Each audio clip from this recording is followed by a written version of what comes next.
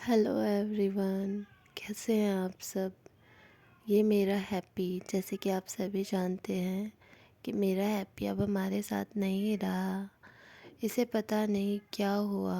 मैं नहीं जान पाई इसे क्या दिक्कत हुई। इसको पहले 2 दिन पहले इसको पता नहीं अजीब सा होने लगा। ये इसने अपने कान गिरा दिए और इसके कान बिल्कुल ठंडे हो गए थे। तो फिर मुझे लगा कि शायद इसे ठंड लग गई है, तो मैंने इसे धूप में बिठाया और हल्का गर्म पानी भी पिलाया और इसके लिए कपड़ा वपड़ा भी इसे कंबल में रखा ताकि इसे ठंड ना लगे। लेकिन पता नहीं इसे क्या दिक्कत हुई। फिर मैंने इसे इसके साथियों के साथ भी छोड़ा ताकि इसे गरमाई मिल सके उन लोगों के भी। लेकिन फिर भी इसे सुकून नहीं हुआ। मैंने दवाई भी इसे दी, फिर भी ये ठीक नहीं हुआ। और उस दिन मैं इसे लेकर ही बैठी थी धूप में, जब इसने हम सबको छोड़कर इस दुनिया से चला गया। बहुत ज़्यादा मुझे दुख हुआ। मैं बता नहीं सकती मैं कितनी परेशान हूँ। मेरी फैमिली में सभी बहुत परेशान हुए जब सबको पता चला कि हैप्पी नहीं रहा। मेरी मम्मी तो उस दिन घर पर भी नहीं थी। देखिए किस तरीके से इसके चेहरा बिल्कुल सफ़ेद हो गया है। सर्दी की वजह से हुआ या किस वजह से मैं नहीं जान पाई कि इसे दिक्कत क्या हुई। और देखिए बिल्कुल ये ठीक था। थोड़ी देर पहले तक भी मैं इसे गोद में ही ले रही थी, धूप में बैठी थी लेकर।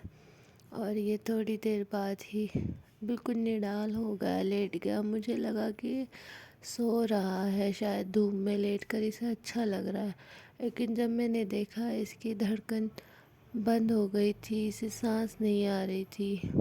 मुझे बहुत दुख हुआ और बहुत परेशान हुई। मैं समझ नहीं पाती हूँ इन लोगों को हो क्या जाता है। रैबिट्स का नहीं पता चल पाता मुझे कि इन्हें क्या होता है, क्या दिक्कत हो जाती है जिस वजह से ये लोग एकदम ही बस। जब मैं फिर इसे लेकर गई दफनाने के लिए, क्योंकि देखिए आप लोग भी जानते हैं जब आप किसी पेट को पालते हैं तो कितना लगाव हो जाता है। वो हमारे फैमिली मेम्बर की तरह हमारे लिए होता है। हम उससे बहुत प्यार करते हैं। उसका साथ रहना और आखिरी पल तक हम उसे मिस करते हैं। और देखिए ये भी हमारा साथ छोड़कर चला गया है।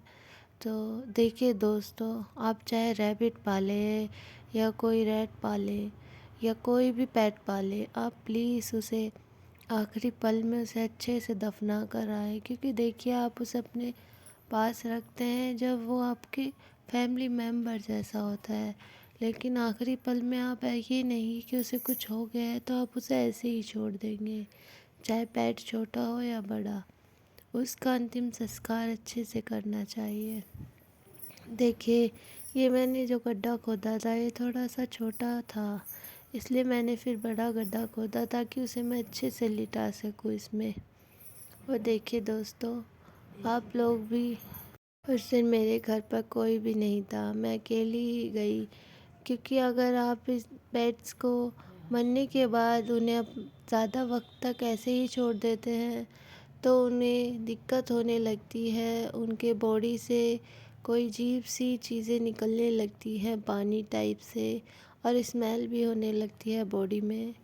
तो जब भी आपके पेट को कुछ हो जाए, मैंने ये चीज़ कहना अच्छा नहीं लगता है, लेकिन देखिए अगर कुछ भी आपके पेट को हो जाता है और वो आपका साथ छोड़कर चला जाता है तो आप इस चीज़ का ध्यान रखिए कि आप उसे अच्छे से दबा कर आएँ। उसे ऐसे ही मत छोड़िएगा।